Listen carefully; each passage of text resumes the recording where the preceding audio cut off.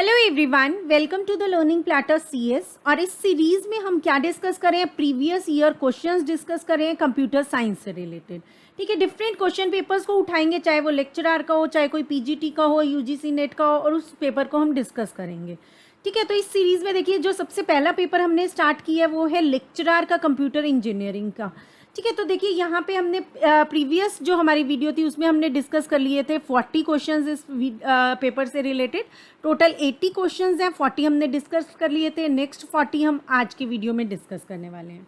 देखिए, चाहे आप यूजीसी नेट के लिए प्रिपेयर कर रहे हैं, चाहे आप एचएसएससी पीजीटी के लिए कर रहे हैं, चाहे एचपीएससी लेक्चरर के लिए कर रहे हैं, चाहे आप केवीएस को टारगेट कर रहे हैं, या आप राजस्थान कंप्यूटर इंस्ट्रक्टर के लिए प्रिपेयर कर रहे हैं, ठीक है, तो सभी में ही ये क्वेश्चंस आपके लिए यूजफुल रहने वाले हैं। ठीक है, हर क्वेश्चन से आपको कुछ ना कुछ सीखने को मिलता है।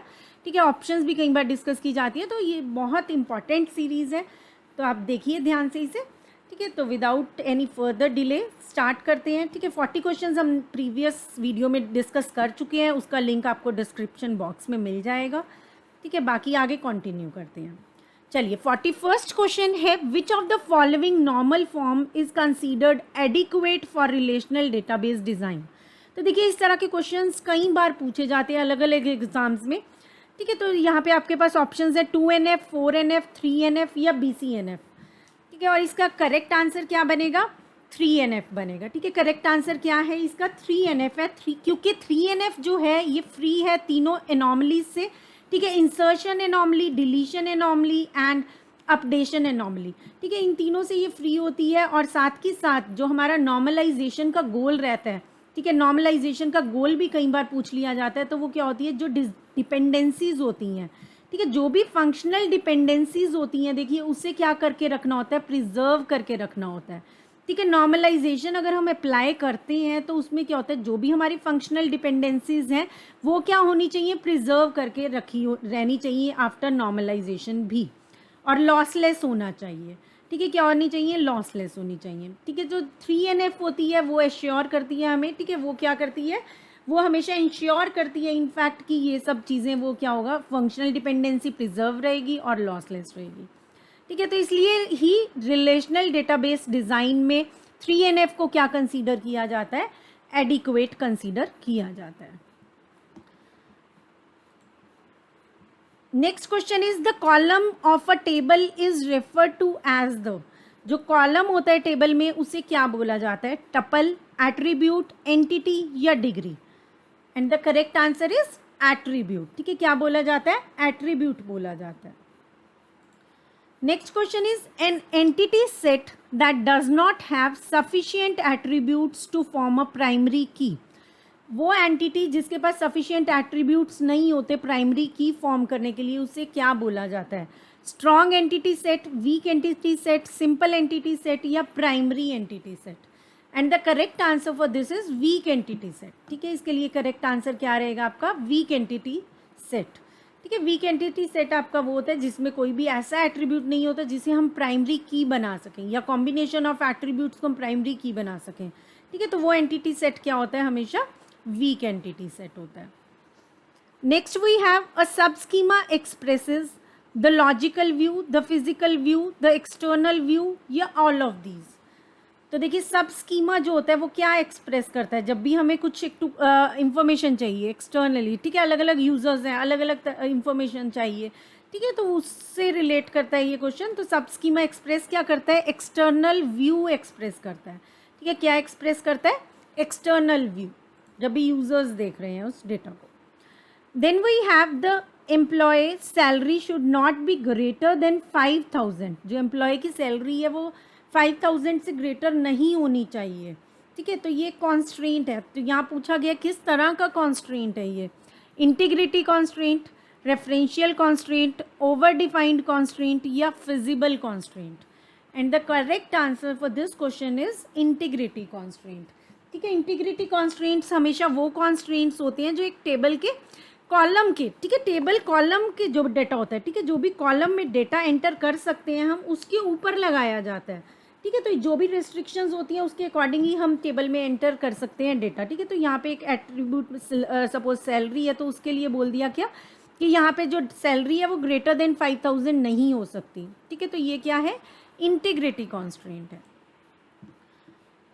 Next question is students and courses enrolled is an example of one to one relationship, one to many relationship, many to one relationship and many to many relationship. तो ये किस तरह का रहेगा, देखिए एक तरफ स्टूडेंट्स हैं और एक तरफ कोर्सेज हैं, ठीक है। तो यहाँ पे ऐसा नहीं ज़रूरी है, इन्होंने कोई रिस्ट्रिक्शन नहीं दी है हमें। तो एक तरफ अगर स्टूडेंट एंटिटी है और दूसरी तरफ कोर्स एंटिटी है, ठीक है। तो अब जी स्टूडेंट जो है वो एनरोल करा सकता है, जो स्टूडेंट है वो एनरोल रिलेशनशिप है, ठीक है। तो एक स्टूडेंट भी हो सकता है एक कोर्स में, उसके बाद एक स्टूडेंट नंबर ऑफ कोर्सेज में भी हो सकता है। अगर अलग अलग कोर्सेज हैं तो किसी भी कोर्स में हो सकता है एक स्टूडेंट, ठीक है। इस कोर्स में भी ये अलग अलग नाम दे दिए, अगर सपोज हमने ये अलग कोर्स है, ये अलग कोर्स है, इसमें भी एनरोल हो सकता है, इसमें भी हो सकता है। और नंबर ऑफ स्टूडेंट्स क्या हो सकते हैं, अलग अलग कोर्सेज में एनरोल हो सकते हैं, ठीक है। एक स्टूडेंट क्या हो सकता है, अलग अलग कोर्सेज में एनरोल हो सकता है, ठीक है। तो ये क्या हो गया, वन टू मैनी हो गया। और मैनी स्टूडेंट्स क्या कर सकते हैं, एक कोर्स में एनरोल कर सकते हैं, ठीक है। तो अगर हम स्टूडेंट का और कोर्स का ओवरऑल देखें तो रिलेशनशिप किस तरह का बनेगा, मैनी टू मैनी, ठीक है। Many students can enrol in many courses. Next question is consider the relation employee where we have, this is a relation name, employee number, employee name, salary, project number, due date, ये सारे attributes दिए हुए हैं हमें। और देखिए यहाँ पे रिलेशनशिप क्या बताया है, 1:1, ठीक है। 1:1 है relation between project and employee. तो एक प्रोजेक्ट को एक ही एम्प्लॉय क्या कर रहा है, मैनेज कर रहा है। अब देखिए ये क्या कहते हैं कि प्रोजेक्ट नंबर फंक्शनली किसके ऊपर डिपेंडेंट होगा, एम्प्लॉय नेम के ऊपर होगा, नंबर के ऊपर होगा, ड्यू डेट के ऊपर होगा, या नन ऑफ दीज के। ड्यू डेट सिमिलर हो सकती है नंबर ऑफ प्रोजेक्ट्स की, इसी तरह से एम्प्लॉय के नेम भी सेम हो सकते हैं, ठीक है। तो प्रोजेक्ट नंबर किसके ऊपर फंक्शनली डिपेंडेंट होगा, एम्प्लॉय नंबर के ऊपर डिपेंडेंट होगा। Next question is count function in SQL returns the number of. जो काउंट फंक्शन होता है एसक्यूएल में वो क्या रिटर्न करता है, ठीक है। तो हमारे पास ऑप्शंस है वैल्यूज, डिस्टिंक्ट वैल्यूज, ग्रुप्स या columns. And the correct answer for this question is values. तो देखिए जो काउंट फंक्शन होता है बेसिकली वो क्या रिटर्न करता है, नंबर ऑफ रोज रिटर्न करता है, ठीक है। नंबर ऑफ क्या रिटर्न करता है, रोज रिटर्न करता है। जो भी एक पर्टिकुलर स्पेसिफाइड, जो भी हमने क्राइटेरिया दिया है, ठीक है, जो भी स्पेसिफाइड क्राइटेरिया हम मेंशन कर रहे हैं उसके अकॉर्डिंग जितनी भी रोज उसे फुलफिल करती हैं क्राइटेरिया को, वो नंबर हमें क्या करता है, रिटर्न करता है, ठीक है। तो अब यहाँ पे रोज नहीं है मेंशन, तो अगर ऑप्शन में रोज मेंशन हो तो आप रोज को चूज करेंगे, और रोज नहीं है तो दैट मीन्स यहाँ पे और कुछ नहीं बनता, वैल्यूज, डिस्टिंक्ट वैल्यूज या कॉलम्स। तो हम किसे चूज करेंगे, वैल्यूज को चूज करेंगे। Next question is the statement in SQL which allows to change the definition of a table. अब वो स्टेटमेंट कौन सी है एसक्यूएल में जो हमें अलाउ करती है चेंज करने के लिए डेफिनेशन ऑफ अ टेबल, ठीक है। तो यहाँ पे ऑप्शंस है आपके पास, alter, create, select and update. And the correct answer for this question is alter.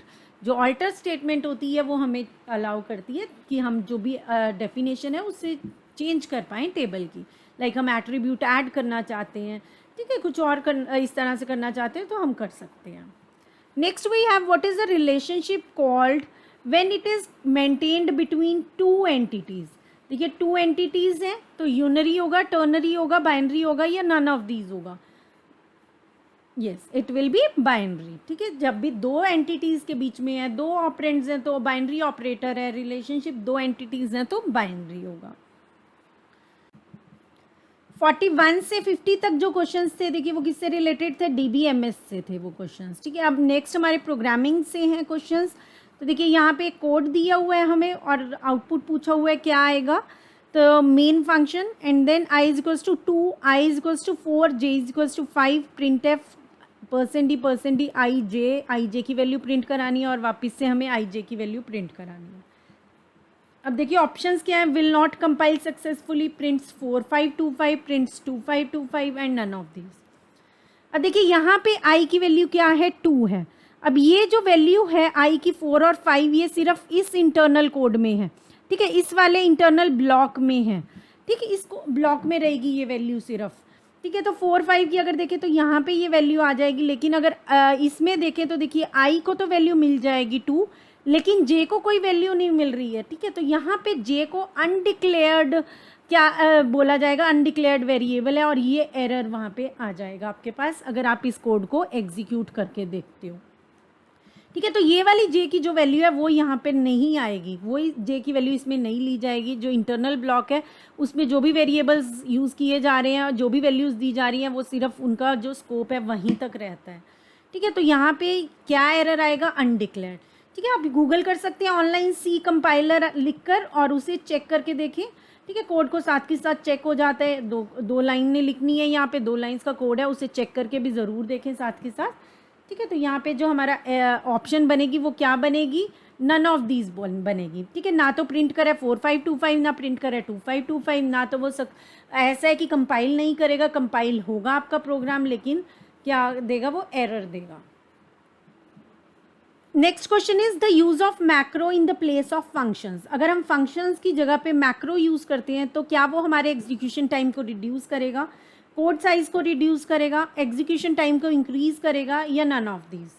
अब देखिए, दो चीज़ें एक जैसी तो नहीं हो सकती, ठीक है। या तो वो रिड्यूस करेगा या इंक्रीज करेगा, ठीक है। दोनों ऑप्शंस ये ट्रू नहीं हो सकती, ठीक है। कि अगर रिड्यूस या इंक्रीज में से है तो इन्हीं में से एक करेक्ट ऑप्शन है, ठीक है। तो बी और डी जो है आपका, ये कब ऑप्शंस में नहीं हो सकता, ठीक है। तो कई बार रैंडमली हर कोई चूज़ करता है कि ए को चूज़ कर दिया, पेपर में नहीं आ रहा, बी को, सी को, डी को। जहाँ पे नेगेटिव मार्किंग नहीं है वहाँ पे तो जरूर सभी हर क्वेश्चन को अटेम्प्ट करके आते हैं सब लोग ही, ठीक है। तो यहाँ पे आप वाइसली चूज़ करिए, ठीक है, स्मार्टली चूज़ करिए कि जो बी और डी में से ऑप्शन हो ही नहीं सकती, तो ए और सी में से ऑप्शन को चूज़ करिए, ठीक है। तुक्का भी लगा रहे हैं तो ए और सी में से लगाएं, ये नहीं कि बी और डी में से भी लगा दिया, ठीक है। और नेगेटिव है तो फिर आप एक बार और दोबारा सोचिए और अकॉर्डिंगली ही अटेम्प्ट करिए, ठीक है।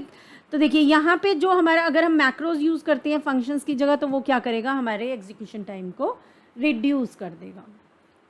Next question is consider the declaration in C int a is equals to 5 star b is equals to m% a क्या लिया हमने, 5 ले लिया, and then star B, that means क्या है, ये एक पॉइंटर वेरिएबल है, बी क्या है, पॉइंटर वेरिएबल है, जिसमें हम क्या डलवा रहे हैं, एड्रेस ऑफ ए, जिसमें क्या हमने डलवाया है, एड्रेस ऑफ ए, ठीक है। ए कहीं पे भी है मेमोरी में, उसमें वैल्यू है 5, इसका एड्रेस है सपोज 1000 ए का। अब हमने बी में क्या स्टोर कराया है, देखिए 1000 स्टोर करा दिया। अब नेक्स्ट क्या कहते हैं, ये क्या प्रिंट कराना है, print F %d A star B. अब देखिए ये क्या प्रिंट कराना चाहते हैं, A star B, that means multiply कराना चाहते हैं दो ऐसे वेरिएबल्स को जो डिफरेंट टाइप के हैं, ठीक है।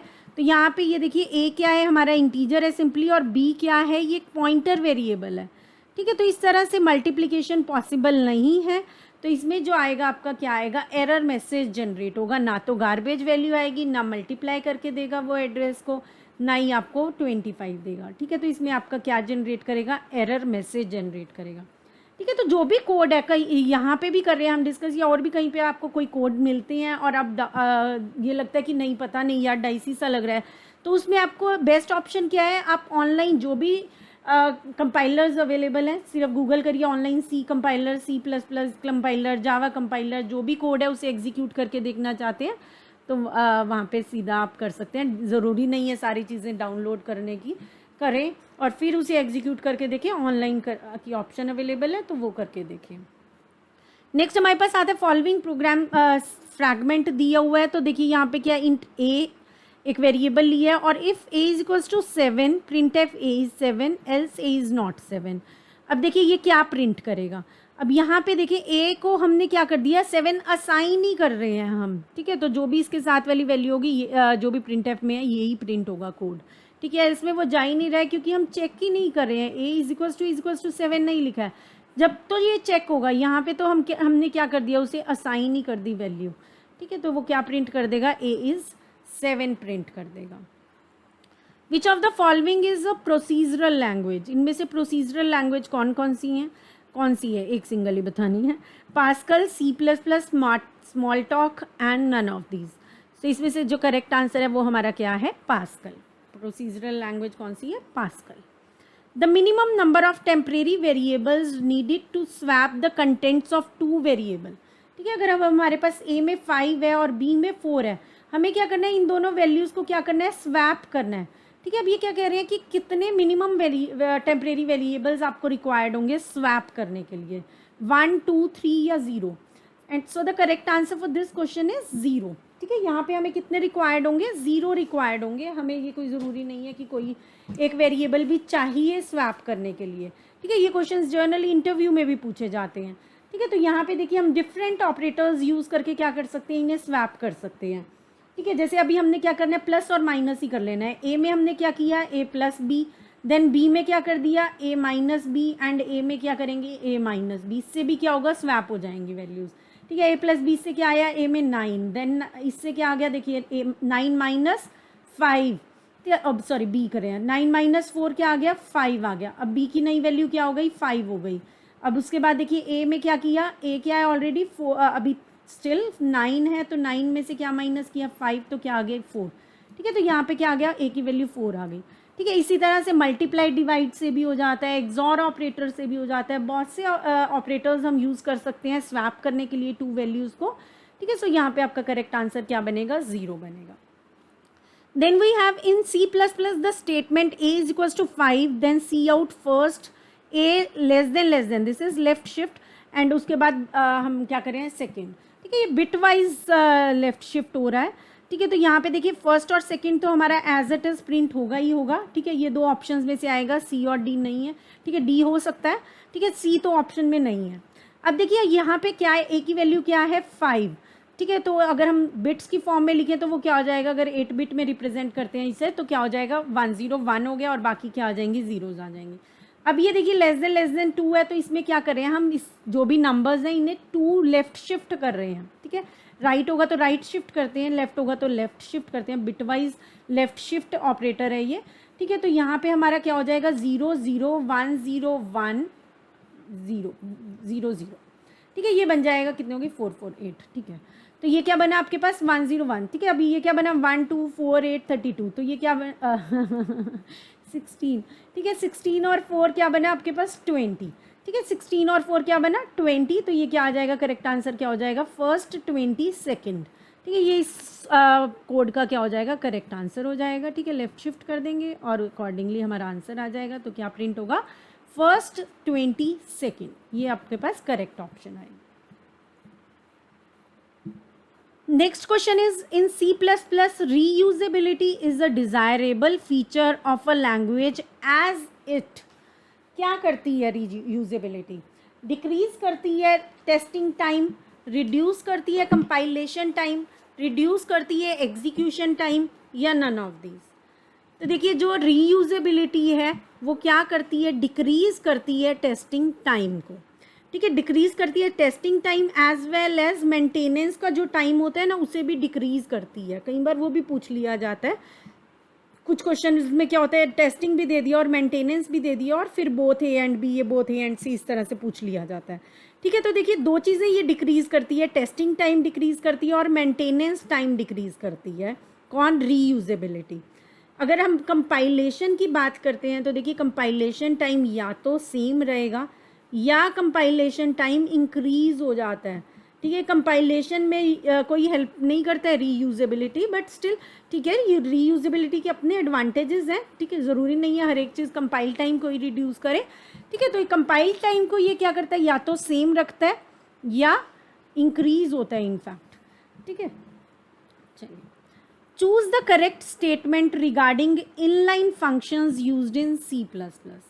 इनलाइन फंक्शंस की बात करें तो वहाँ पे हमारा कोड क्या होता है, वहीं पे ही। ठीक है, वहीं पे एक्सपैंड हो जाता है, इंस्टेड कि हम वापस को फंक्शन कॉलिंग पे जा रहे हैं, डिफरेंट फंक्शन है वहाँ पे कॉल करें एंड देन फिर वापस आ रहे हैं। ठीक है, वहीं पे एक्सपैंड हो जा रहा है। ठीक है, तो ये देखिए यहाँ पे क्या करेगा, it speeds up execution, it slows down execution, it decreases the code size, none of these. तो ये क्या करता है, स्पीड अप करता है एग्जीक्यूशन को। ठीक है, क्या करता है, स्पीड अप करता है एग्जीक्यूशन को। तो करेक्ट आंसर इसका क्या रहेगा, it speeds up execution.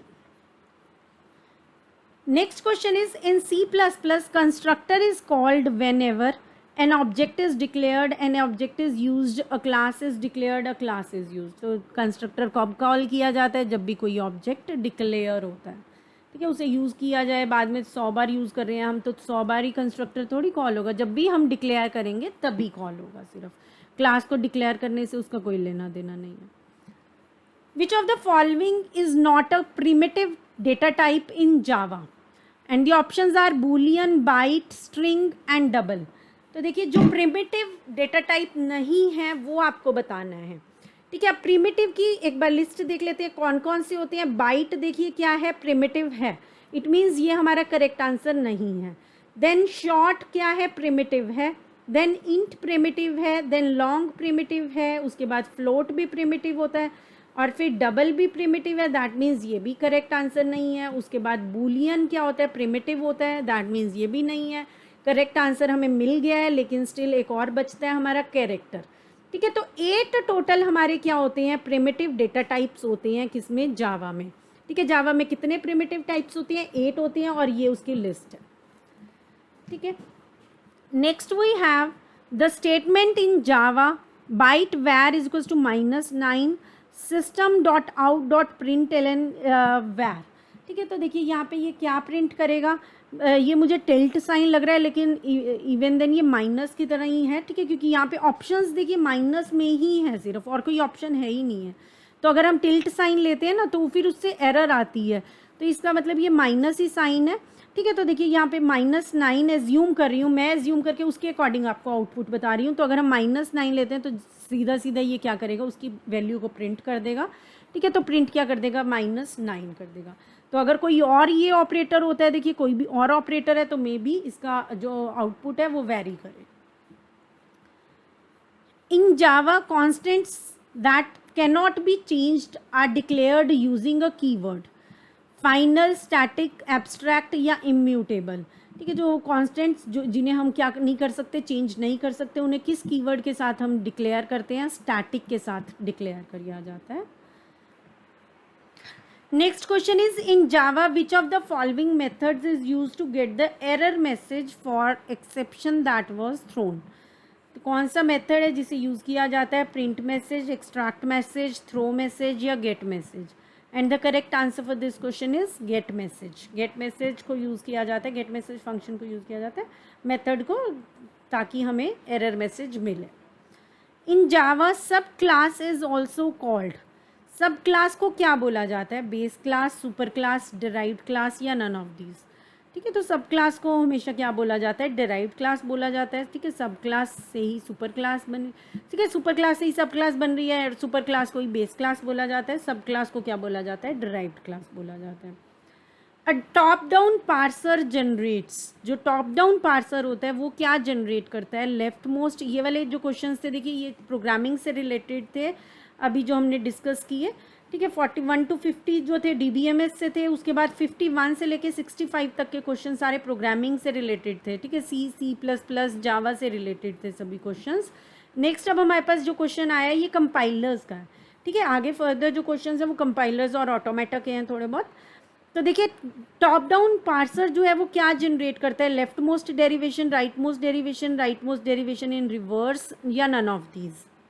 And the correct answer for this question is leftmost derivation. जो टॉप डाउन पार्सर होगा वो लेफ्ट मोस्ट डेरिवेशन जनरेट करता है, और जो बॉटम अप पार्सर होता है वो जनरेट करता है rightmost derivation in reverse order, ठीक है। वो क्या जनरेट करेगा, bottom up parser, rightmost derivation in reverse order, ठीक है। तो अगर आप चैनल पे न्यू हैं तो आप यहाँ पे देख सकते हैं, ठीक है। जो स्टूडेंट्स पहले से जुड़े हुए हैं उन्हें पता है द लर्निंग प्लैटर CS, ठीक। यहाँ पे हमारी प्लेलिस्ट जो अभी करंटली चल रही है HPSC लेक्चरर के लिए, ठीक है, वहाँ पे हमने अपलोड किए हुए हैं कंपाइलर्स के 2 लेक्चर्स। तो वहाँ बहुत ज़्यादा डिटेल में नहीं है देखिए, लेकिन फिर भी आपको एक ओवरव्यू मिल जाएगा, सारी फेजेस का मिल जाएगा, पार्सिंग का मिल जाएगा, पार्सर्स जो डिफरेंट हैं किस तरह से जनरेट होते हैं, क्या एम्बिग्यूअस क्या होता है, अनएम्बिग्यूअस क्या होता है, ठीक है। एक ओवरव्यू सभी चीज़ों का मिल जाएगा। तो आप देख सकते हैं HPSC लेक्चरर का हमारा जो प्लेलिस्ट है उसमें कंपाइलर्स की वीडियोज़ हैं, ठीक है। बाकी भी अगर आप कोई किसी भी CS एग्ज़ाम के लिए अप्लाई कर चुके हैं या अप्लाई करने वाले हैं तो आपको कई वीडियोज़ मिलेंगी जो आपके लिए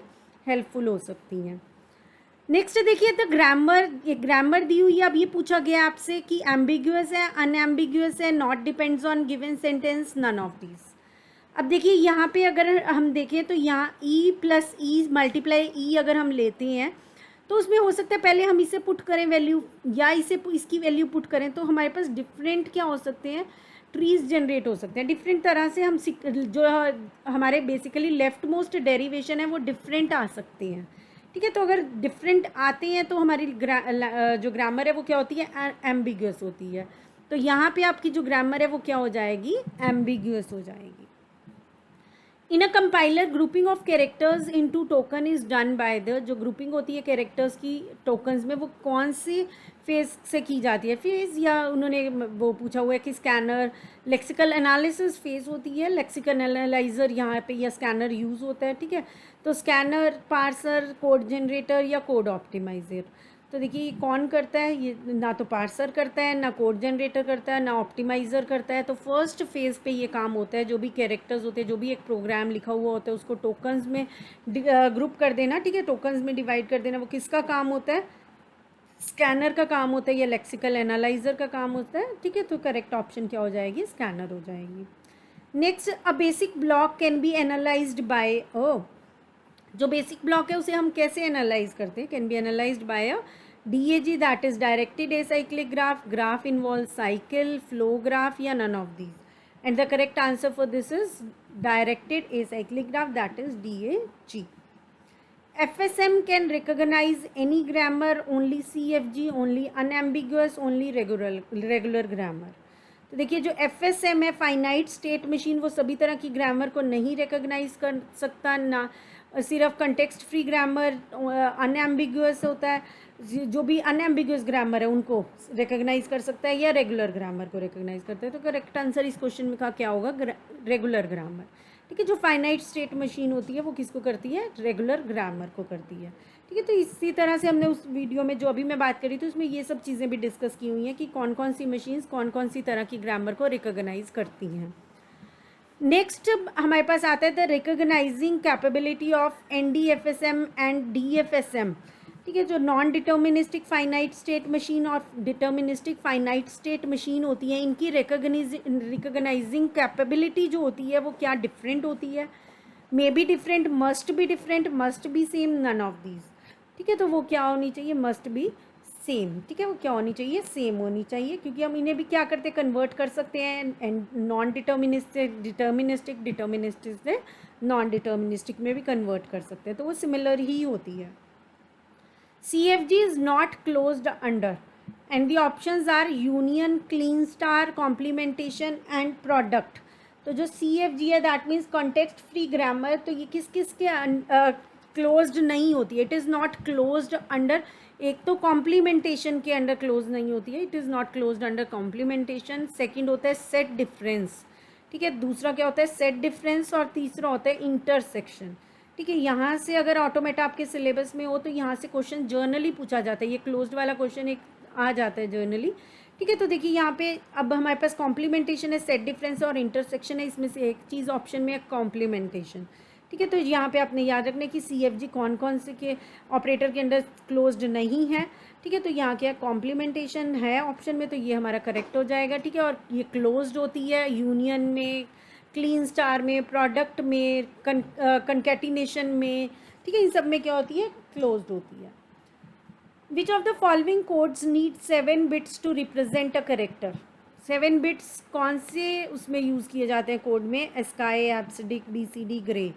देखिए एब्सिडिक में 8 बिट्स यूज़ किए जाते हैं, BCD में 4 किए जाते हैं, ग्रे में 4 किए जाते हैं, और एस्काई में 7 किए जाते हैं, ठीक है। तो करेक्ट आंसर क्या हो जाएगा, ASCII code. Next question is the minimum time delay between the initiation of 2 independent memory operations is called.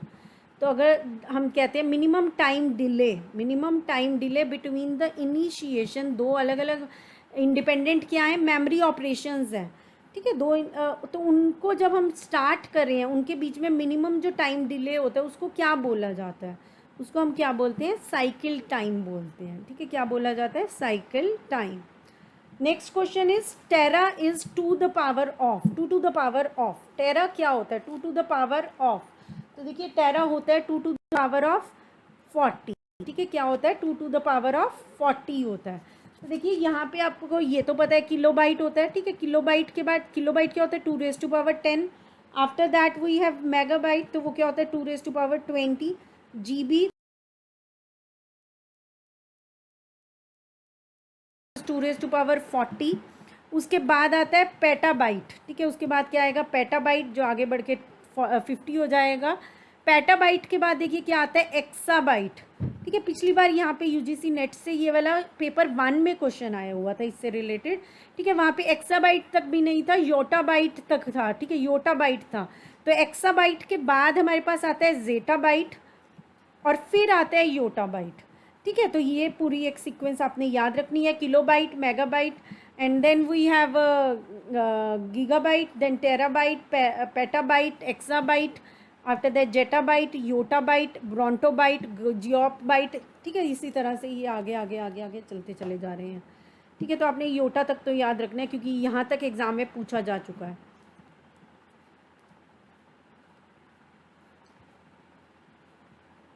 Next question is von Neumann architecture is SISD, SIMD, MIMD and MISD, ठीक है। Single instruction single data, single instruction multiple data, multiple instruction multiple data, multiple instruction single data.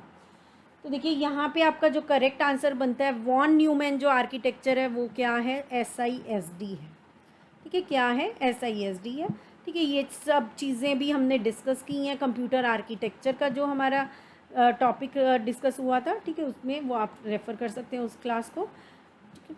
Next question is refresh rate below which a picture flickers. Refresh rate जिसके नीचे picture क्या करेगी flicker करेगी, ठीक है। तो ये ग्राफिक्स का क्वेश्चन है 25, 30, 35 एंड 60, ठीक है। तो यहाँ पे देखिए इसका करेक्ट आंसर आप कमेंट बॉक्स में बताएंगे क्या रहेगा, ठीक है। क्योंकि दो ऑप्शंस में, ठीक है, जर्नली इसका आंसर 25 है, लेकिन still there is some doubt, ठीक है। मुझे भी डाउट है इस क्वेश्चन में, तो I am not confirming you the answer, ठीक है। मैं इसका आंसर आपको कन्फर्म नहीं बता रही हूँ, ठीक है, बिकॉज अदरवाइज अगर हम थ्योरेटिकली देखें तो 60 से नीचे जाता है तो पिक्चर क्या करती है फ्लिकर शुरू हो जाती है, फ्लिकरिंग जो होती है पिक्चर की वो शुरू हो जाती है। थ्योरेटिकली ग्राफिक्स में हम ये पढ़ाते हैं, ठीक है। लेकिन यहाँ पे अब ये चीज़ कंफर्म नहीं है कि CRT से रिलेटेड है, LCD से रिलेटेड है, LED से रिलेटेड है, किस चीज़ से रिलेटेड है, ठीक है। तो मैं इसका आंसर आपके ऊपर छोड़ रही हूँ, अगर आपको कहीं से पता चले तो आप कमेंट बॉक्स में भी शेयर करिएगा, ठीक है। तो जर्नली इसका जो आंसर दिया हुआ है नेट पर या वैसे अगर हम देखें तो वो 25 दिया हुआ है। Pixel phasing is a technique for shading, anti aliasing, hidden line removal, none of these. तो पिक्सल फेसिंग जो है टेक्निक वो किसके लिए यूज़ की जाती है एंटी अलाइसिंग के लिए यूज़ की जाती है, ठीक है। जो ये स्टेयर केस बन जाता है तो इस अलाइसिंग बोलते हैं, इस चीज़ को रिमूव करने के लिए क्या यूज़ किया जाता है पिक्सल फेसिंग यूज़ किया जाता है। Then we have when the computer is not able to maintain operation and display bright spot occur in the screen, ठीक है। ब्राइट स्पॉट जो होते हैं वो अकर हो जाते हैं स्क्रीन में, उन्हें क्या बोला जाता है, तो देखिए क्या बोला जाता है स्नोइंग बोला जाता है, ठीक है। क्या बोला जाता है dropping out, snowing, flickering, blanking. तो करेक्ट आंसर क्या है snowing. All the following hidden surface algorithm employ image space approach except। Hidden surface algorithms होते हैं डिफरेंट हिडन सर्फेस एल्गोरिदम्स दिए हुए हैं, ठीक है। तो ये भी CG का क्वेश्चन है, कंप्यूटर ग्राफिक्स का क्वेश्चन है। तो बाकी सब जो है इमेज स्पेस अप्रोच यूज़ करते हैं, किसको छोड़कर ये पूछा गया है, ठीक है। तो यहाँ पे आपके पास ऑप्शंस क्या है black face removal, depth buffer method, scan line method, depth sort method, and the correct answer for this question is back face removal, ठीक है। क्या करेक्ट ऑप्शन है इसका बैक फेस रिमूवल, ठीक है। चलिए तो ये थे टोटल हमारे पास 80 क्वेश्चंस जो ये लेक्चर आर वाला पेपर था। नेक्स्ट वीडियो में मिलते हैं किसी और एग्ज़ाम के साथ, ठीक है, किसी और एग्ज़ाम को डिस्कस करेंगे, ठीक है। अदर देन दिस अगर आपको लगता है कि किसी और टॉपिक में आपको कोई लेक्चर चाहिए या क्लास चाहिए तो वो भी आप बता सकते हैं, ठीक है। अकॉर्डिंगली मैं आपको प्रोवाइड कर दूँगी। चलिए that's all for this video, stay connected and keep learning.